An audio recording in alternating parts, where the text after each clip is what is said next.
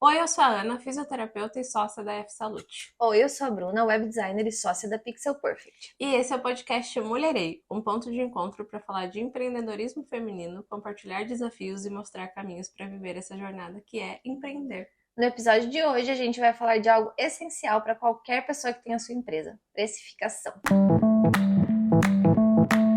Eu vou começar já trazendo o básico, que é a verdade absoluta, que é precificar é um desafio.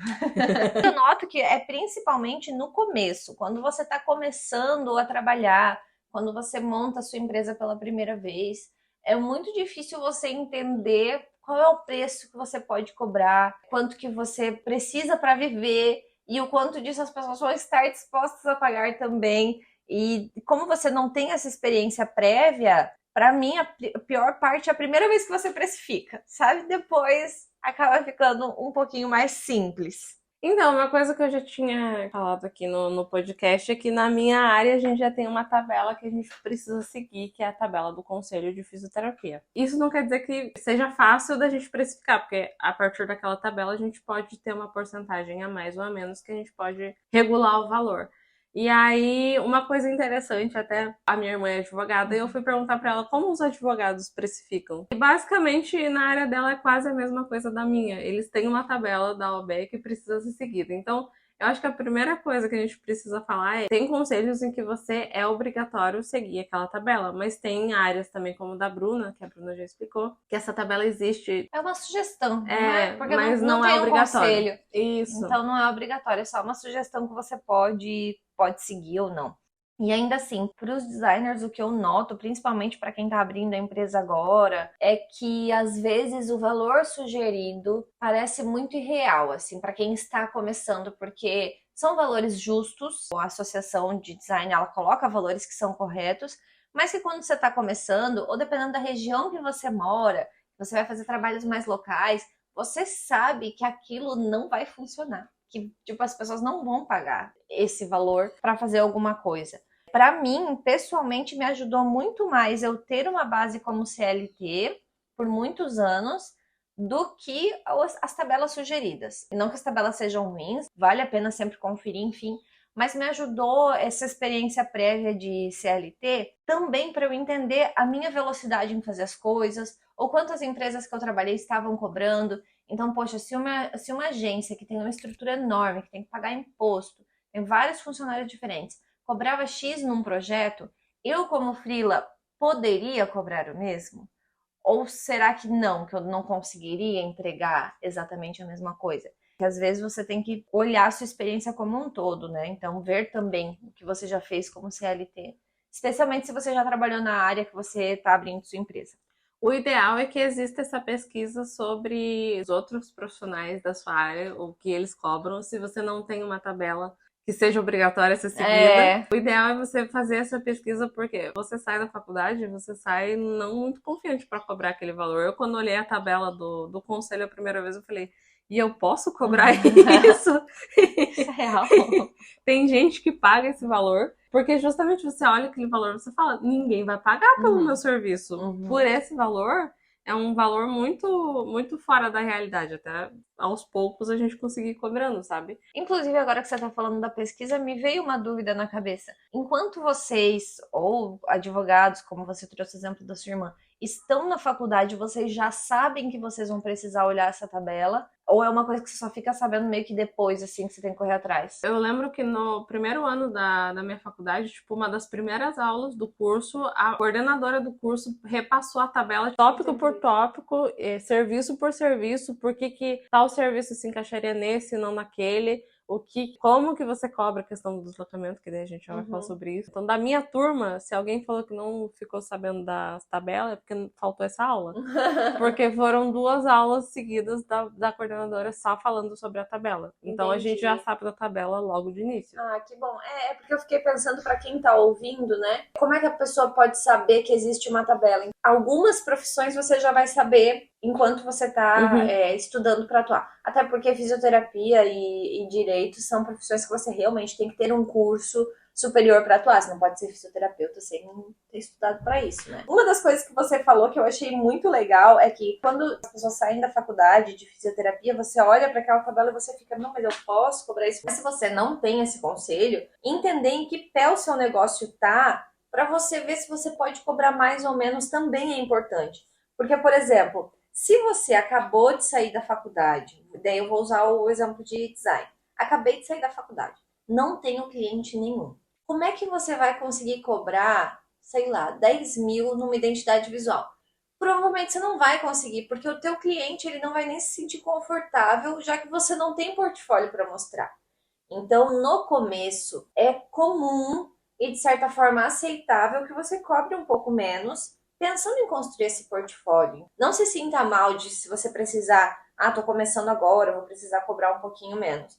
Não significa que você vai cobrar isso a vida inteira. Às vezes você precisa baixar mesmo para conseguir pegar os primeiros clientes. E aí, a partir daí, você vai evoluindo, melhorando, enfim. Isso não é nenhuma decisão do empreendedorismo de quando você começa a cobrar pouco. Você recém-formado, se você vai para um CLT, você não vai chegar recebendo o valor do diretor da empresa. Nossa, essa é um ótimo exemplo, é verdade. Você vai chegar, às vezes, recebendo o valor de um Estagiário. estagiário, recém-formado mesmo, vai ser um salário baixo. É verdade. Até que aos poucos você vai conquistando um valor mais alto. Tudo isso, como a gente está trazendo, é que a experiência ajuda muito no processo de precificar também. Então, para quem está começando agora, calma que a gente vai falar de formas de precificar ainda nesse episódio, mas o que eu quero dizer é que você consegue, conforme os anos vão passando, seja você uma pessoa que tem experiência no CLT ou se você realmente já começou a pegar seus primeiros clientes, ter essa experiência te ajuda a entender a melhor forma de cobrar pelo seu serviço também. Eu, por exemplo, hoje cobro por projeto. Por muitos anos eu cobrei por hora de trabalho. A partir da experiência que eu fui construindo ao longo dos anos, eu consigo entender quanto tempo mais ou menos eu vou levar para fazer esse projeto. E a partir disso eu consigo precificar pelo projeto todo e passar o orçamento para o cliente, que não é um orçamento variável. Então, não, eu sei que vai levar mais ou menos esse tempo, o projeto todo vai dar tanto. Para você, como que você precifica hoje? Você falou que você tem a tabela, mas tem alguma característica, alguma coisa que você faz diferente a partir disso? A gente segue o valor da tabela, mas a gente tem, por exemplo, eu atendo a domicílio. Então, no a domicílio, eu preciso cobrar o valor do deslocamento. A gente segue a tabela, a gente tem uma porcentagem mínima a mais. E normalmente a gente acrescenta o valor quando é a domicílio. E dependendo, às vezes, o a domicílio acaba saindo mais em conta para o cliente mesmo, porque daí ele não tem o gasto do deslocamento para ir até o local. Então, normalmente, o que se acrescenta no nosso valor é só a questão do deslocamento mesmo. E daí, obviamente, eu já vejo a questão de horários, para eu não pegar muito trânsito. Imprevistos acontecem, mas a gente precisa ter essa margem e saber organizar certinho. Por isso que eu chamo de engenharia da agenda, que a gente precisa organizar certinho para que não tenha o mínimo de imprevistos. Alguma vez já aconteceu de chegar um cliente para você que queria fazer atendimento a domicílio e você notar que não era viável financeiramente para você? Por exemplo, ia te dar mais prejuízo do que lucro ou ia ficar muito no 0 a 0? E se sim, o que se faz nessas horas? Não. Justamente porque quando o cliente entra em contato para pedir orçamento, eu pergunto, é a domicílio ou é no nosso local? Ele fala, eu quero orçamento para domicílio. Ele já manda o endereço dele para que, quando a gente passar o valor, eu já passe com o valor do deslocamento. Então, a gente tem um valor que a gente cobra por quilometragem, entendeu? A gente tem um valor mínimo de até, acho que 10 quilômetros e passou disso, a gente vai acrescentando um valor. Então, não aconteceu justamente porque a gente se precaveu desde o começo para que não aconteça esse tipo de coisa. O que acontece às vezes é questão de horário. Às vezes pega um pouco mais de trânsito, mas aí eu preciso mudar o horário ou interromper o serviço. A não ser que a pessoa queira fazer, tipo, eu só consigo, sei lá, no horário de trânsito, que sei lá, 5h30. Eu falo, eu vou pegar um pouco mais de trânsito. Se você só tem esse horário, a gente vai precisar acrescentar o valor e a pessoa aceita, então tá tudo de boa, sabe? Normalmente a pessoa já sabe o valor que vai ser no deslocamento mesmo e a gente já sabe os horários de trânsito, então a gente já acrescenta valor em cima disso. E uma dica que eu dou é, você precisa considerar todos os seus gastos antes de você passar o valor. Então, por exemplo, eu atendo a domicílio, eu preciso considerar o valor da gasolina. Às vezes, sei lá, me chamam para algum evento. Eu preciso considerar o meu deslocamento, eu preciso considerar a alimentação, eu preciso considerar gastos com os materiais. Você precisa considerar tudo para daí você entender que, opa, eu acho que eu só estou ganhando o que eu estou gastando. Eu acho que o principal é você entender lucro. O que de fato é ter lucro. A Ana deu uma introdução sobre isso e eu acho que a gente pode conversar sobre algumas outras formas de precificar e aí a gente pode até se aprofundar nessa questão que a Ana trouxe. Então, se você está começando agora, por exemplo, você precisa saber que existem formas que você pode precificar o que você faz. Eu trouxe aqui algumas formas que são mais relativas a pessoas que prestam serviço, porque é o que eu tenho experiência. O que eu faço, que é desenvolvimento de site, é um serviço. Se você tem um produto, a nossa recomendação é que você procure, por exemplo, tem muitos cursos online do Sebrae que ele te ajuda, te ensina como que você pode fazer o cálculo de produto para você realmente ter lucro. Mas se você também, assim como a gente trabalha com serviços, eu acho que você pode ficar atento nas próximas dicas para entender como que você pode precificar. A primeira parte que eu vou falar aqui é com base no custo de vida, que funciona assim, você vai entender quanto que custa para você se manter na sua vida. Esse formato aqui combina muito com freelancer, então você precisa listar, poxa, eu pago aluguel, eu gasto mais ou menos isso de comida, eu quero ter plano de saúde, eu pago seguro do carro, você vai listar tudo o que você tem que pagar no seu mês. E para as coisas que são variáveis, tipo cartão de crédito, coloca aí uma média, coloca uma base de quanto geralmente fica a tua conta de cartão de crédito. Com base nisso, no teu custo de vida, você vai somar tudo isso, digamos que deu, sei lá, 5 mil reais é o teu custo de vida mensal. Então você sabe que você precisa por mês ganhar 5 mil reais. Como que você vai fazer isso agora? Aí com base nessa informação, quando chegar um orçamento para você, você pode entender assim, ah, poxa, se eu cobrar 1.000 reais em 5 serviços desse aqui, eu já bato o meu custo de vida. Então você consegue ter como fosse uma meta e te ajudar a precificar os seus serviços, fazer a engenharia reversa. Né? Você chega no resultado que você quer ter e tenta pensar nisso nos orçamentos que você vai mandar. Então essa é uma primeira forma de precificar. A segunda forma tem a ver com o valor da hora e o tempo do projeto. Você pode identificar qual que é o valor da sua hora. E aí uma forma que eu acho bacana, que pelo menos funcionou comigo assim, é que quando eu comecei, eu olhei lá quanto que eu ganhava por hora. Eu fiz o cálculo, né, quanto que eu ganhava por hora na empresa. E eu achei que não era um valor muito bom, não. Então eu coloquei um valor em cima. E aí depois, quando chegava um orçamento, eu pensava, eu acho que esse orçamento aqui eu vou levar 5 horas para desenvolver. Então, eu colocava mais um valor em cima, é importante você pensar nisso, vamos falar mais para frente. Colocava mais um valor em cima e fazia essa multiplicação. Ah, se o meu valor da hora é, sei lá, 50 reais por hora, e esse projeto vai levar 2 horas para ser feito, pronto, 100 reais, esse é meu orçamento. Vou colocar mais um extra 120, esse é meu orçamento. Então, também é uma forma de você pensar em precificação. A terceira forma que eu trago é pesquisa de mercado, que é uma coisa que de vez em quando a gente faz, agora com empresa mesmo, não só como freelancer. Entrar em contato com agências que também desenvolvem sites, fingir que você é um cliente interessado e pedir um orçamento para fazer um site nos moldes que você oferece. Isso também te ajuda a perceber, poxa, estou cobrando muito pouco, estou na média do mercado. E aí também é legal você não depender só de uma empresa para fazer essa pesquisa, né? Pesquisa com várias para ter essa noção mais próxima. E por fim, a última dica que eu posso dar ainda para serviços é um site que chama Quanto Custa a Minha Hora.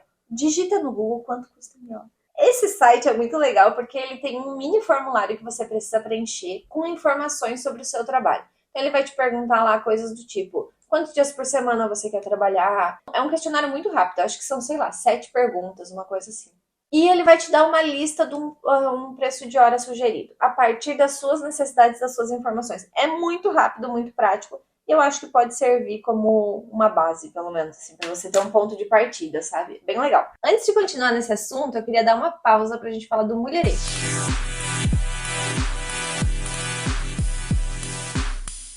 O Mulherê é um grupo que conecta mulheres que empreendem ou que querem empreender, por meio de troca de experiências, dicas práticas e muito conteúdo. Funciona assim: quem faz parte do Mulherê recebe o acesso a um grupo para troca de mensagens semanais. Dentro desse grupo, existe uma curadoria do conteúdo, onde nós compartilhamos dicas e estratégias para direcionar as mulheres empreendedoras. Além disso, as empreendedoras podem divulgar seus produtos ou serviços, tirando dúvidas com outras mulheres que já passaram por experiências semelhantes. Assim, a proposta do Mulherê é colocar mulheres talentosas e inspiradoras da nossa comunidade de negócios em contato, proporcionando uma plataforma para aprendizado e crescimento. Para fazer parte do Mulherei, é só entrar no link da descrição do episódio ou no nosso Instagram, @mulherei.oficial, e se cadastrar. A gente espera você lá. Então, como eu citei antes, durante o episódio, você precisa entender o que é o lucro. E o lucro vai ser basicamente, você vai fazer toda a conta de gastos que você tem, seja com produto, seja com serviço. Por exemplo, a Bruna trabalha em casa, então ela precisa entender que ela gasta internet, que ela gasta luz, que ela tem a alimentação dela, por mais que seja em casa, tem o valor da alimentação e tudo mais. Então, se a Bruna não estivesse considerando tudo isso, talvez a Bruna já estivesse no prejuízo. É isso que você precisa considerar, o que você está gastando para fazer o que você precisa fazer. Então, a partir disso, você precisa entender o que sobrou desse valor, dos gastos, e isso vai ser o seu lucro. E aí, às vezes, o que sobrou você não tá muito contente. O que sobrou de lucro tá bom pra você?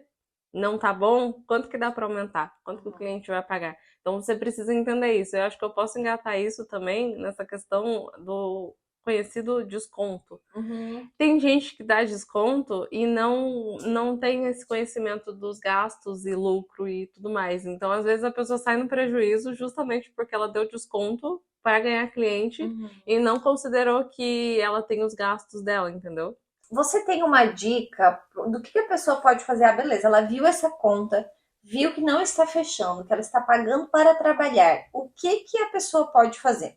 Então, no caso de quem trabalha com produto, às vezes é tentar desconto para comprar os materiais, é mais nesse sentido. A gente que trabalha com serviço, você não consegue entrar com a companhia de internet e pedir algo mais barato. Não acontece isso. Então é você aumentar o valor do lucro mesmo. Você vai precisar aumentar o valor do seu serviço. E às vezes precisa ser um aumento gradativo. Você não vai conseguir chegar no valor que você quer logo de cara. Porque também tem isso, né? Às vezes você vai aumentar o valor e aí você vai ver que o cliente ou não vai mais querer, ou não vai chegar cliente novo. E aí pode ser que esteja havendo uma falha de comunicação entre o que você demonstra integrar para a pessoa e o que a pessoa entende que realmente custa aquilo que é o valor que ela está disposta a pagar. Tem que pesar isso, né? E tentar encontrar um equilíbrio. Eu acho que a principal dica que eu dou é, vou usar o seu exemplo, o exemplo da Bruna. Ela tem os projetos de site dela. Às vezes ela foi fazer essa conta e ela viu que realmente o lucro dela tá baixo. Então, no próximo projeto, ela já consegue aumentar o valor. Para as próximas propostas, ela já consegue. O meu é diferente, porque o conselho, ele faz o reajuste anual da tabela. Então, para quem tem uma tabela a ser seguida, segue a tabela, porque é mais certeza que você vai ter lucro. E vai ter um lucro bom. Mas para quem não precisa fazer esse reajuste anual, no sentido de que tem uma tabela a ser seguida, é mais fácil você conseguir analisar isso. Acabei de ver que o meu lucro não está sendo bom o suficiente. Pro próximo, já tenta aumentar o valor um pouco, sabe? Vai fazendo esse aumento gradativo. Vocês que têm tabela, vocês podem até usar isso como argumento para o cliente. Sim, então, e já aconteceu. Então se o cliente reclama, né? Poxa, mas nossa, tudo isso, você pode sempre usar isso a seu favor. Não, eu tenho uma tabela. Se você for ver com outros profissionais... Se você viu que o outro profissional tá cobrando mais barato, o outro profissional não tá seguindo a tabela. Porque esse é o meu valor da tabela. Não é nem que ele tá cobrando um pouco abaixo da tabela. Eu já escutei valores que eu falei, é impossível. Não existe esse valor na tabela. Não tem nem como, nem usando a porcentagem do próprio conselho você consegue chegar nesse valor. Isso daria uma denúncia? Com certeza. Porque o conselho dá essa tabela para você seguir. Se você não tá seguindo e a pessoa denuncia, a mesma coisa da OAB que eu conversei com a minha irmã. Perguntei pra ela, mas e se tem alguém que tá cobrando muito abaixo disso? Ela falou, se denunciar a OAB, com certeza vai tomar as medidas, porque você precisa seguir a tabela. Se você não tá seguindo, é porque você já não tá dentro da questão de ética da profissão. Eu queria dar uma dica também sobre a precificação, que é incluir sempre o fator imprevisto, também conhecido como vai dar ruim. Eu não posso falar palavrões, né? Vou deixar quieto. Mas o fator vai dar ruim nada mais é do que você prever que o que você orçou pode não estar certo. Isso já aconteceu inúmeras vezes. Eu tenho um amigo que ele sempre coloca, dependendo do cliente, ele chega a colocar realmente quase o dobro, assim, porque ele pensa, se der muito ruim, tipo, se esse cliente não fez o briefing direito, se ele não tá falando tudo que ele precisa, pelo menos eu vou estar garantido. E se não for, se o trabalho dele for realmente o que o cliente tinha pensado, né, tinha dito, e ele tinha passado aquele orçamento, o cliente acertou, bom para ele vai trabalhar menos tempo e vai ganhar, né, um bom dinheirinho. Então, também tem isso, assim, sempre que você for fazer alguma coisa de serviço, tenta pensar nisso. Coloca um extra em cima, coloca uma porcentagem em cima, porque pode ser que dê muito errado. Para quem trabalha com um projeto como eu, isso acontece muito. Então, eu sempre tento manter esse fator imprevisto, pensando que o cliente pode não ter me contado todas as coisas, pode ser que ele queira uma funcionalidade que eu não previ, e aí é melhor você conseguir já ter uma certa segurança disso para não ter que depois conversar com o cliente. Claro, se é uma coisa que você passou um orçamento, teve um fator imprevisto e você nota que vai dar muito mais trabalho do que o original, aí o meu conselho é realmente conversar com o cliente, ser sincero e falar: olha, não consigo entregar isso por esse preço, vou fazer um novo orçamento para ver se você aprova. Aconteceu, inclusive, um caso recente, que a gente tinha orçado um site que era estilo one page, então era um site de uma página só. Ao longo do projeto, o cliente viu que ele queria também que tivesse um blog. Só que um blog é uma outra estrutura. E daí foi exatamente o que eu falei para ele. Fazemos o blog também, mas aí eu vou te passar um orçamento à parte. E aí ele viu o orçamento e aprovou. Então não tenham medo assim de, poxa, não estava isso previsto. Manda um novo orçamento para a pessoa, fala para a pessoa, não, isso eu preciso de um novo orçamento para te passar. E aí ela decide, se ela quiser, bom, se não quiser também tá bom. Você precisa ter esse pulso firme com esses imprevistos. Ah, o clássico que acontece. Você manda o orçamento pra pessoa, ela fala: ah, mas eu conheço alguém que faz mais barato. Nossa, já ouvi. A primeira frase que me vem na cabeça é: então vai fazer com outro profissional. Como a gente não pode falar isso, a gente fala: o nosso valor é esse, por questão da tabela, como eu falei que já aconteceu. Tem gente que vai reclamar do teu valor, independente se você tem uma tabela, enfim. Eu tive exatamente um caso assim também, que a pessoa falou pra mim: ai, mas eu conheço alguém que faz a mesma coisa mais barato. E aí eu falei: então eu te aconselho a fechar com essa pessoa. Eu realmente falei. Meu Deus do céu. Eu me sinto realizada. Eu fiquei: então eu te aconselho a fechar com essa pessoa porque eu não consigo chegar nesse preço. A Bruna fez isso pela gente. Não, e se o cliente já vem com esse discurso, não é uma pessoa que você vai querer ter como cliente. Não, realmente. Tem gente que deixa essa brecha pra, se o cliente conhece alguém que faz mais barato, então eu vou tentar fazer mais barato ainda para que eu consiga fechar. Não vão muito com esse pensamento, porque a partir do momento que você faz isso uma vez, você abre brecha para fazer várias vezes. Uma outra dica que eu posso dar, isso funciona muito para mim, tá? Tem tudo a ver com a minha própria experiência. Ter um sócio que valorize o seu trabalho mais do que você. Eu sou sócia do meu marido e ele é uma pessoa que ele consegue cobrar com mais firmeza do que eu. Então, assim, sempre que que a gente vai discutir um orçamento, eu tendo a jogar o preço lá embaixo e ele tende a jogar o preço lá em cima. E aí, às vezes, eu fico: meu Deus, a gente não pode, você tá louco. E ele fica: não, faz todo sentido. E o bom é que, normalmente, como eu cobro muito abaixo, ele quer cobrar muito acima, a gente chega numa média que é realista, que o cliente aceita e que a gente também tem lucro. Claro que você, muitas vezes, vai atuar sozinha, não vai ter um sócio sempre, né? Mas tentar criar essa visão, assim, com base em todas as informações que você já acumulou até aqui. Será que eu não tô cobrando muito pouco? Às vezes você realmente tá cobrando muito pouco, ou às vezes você tá cobrando muito. Então, tenta olhar com cuidado, não passa orçamento com pressa, sabe? Se eu tivesse passado boa parte dos orçamentos sem ter falado com o meu sócio, provavelmente a gente teria tido prejuízo, porque eu teria colocado o preço muito baixo, os projetos são mais complexos do que eu imagino no começo. Entenda se você não é essa pessoa como eu, porque se você for essa pessoa como eu, você precisa trabalhar.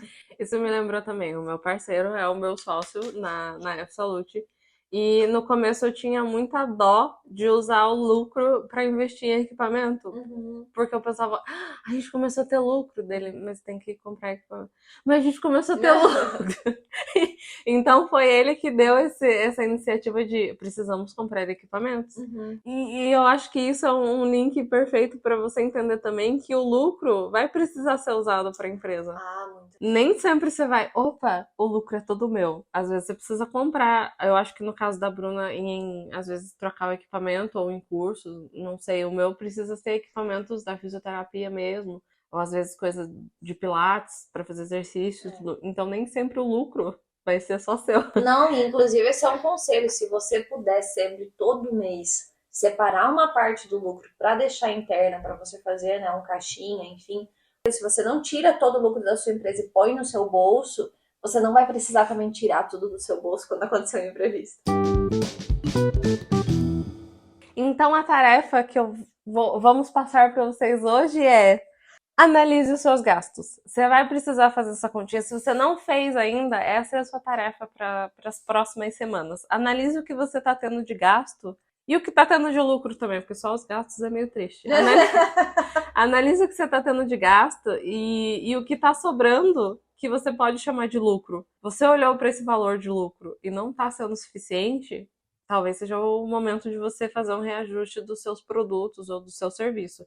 Mas faça essa conta se você não parou para fazer isso ainda, porque ela é extremamente necessária.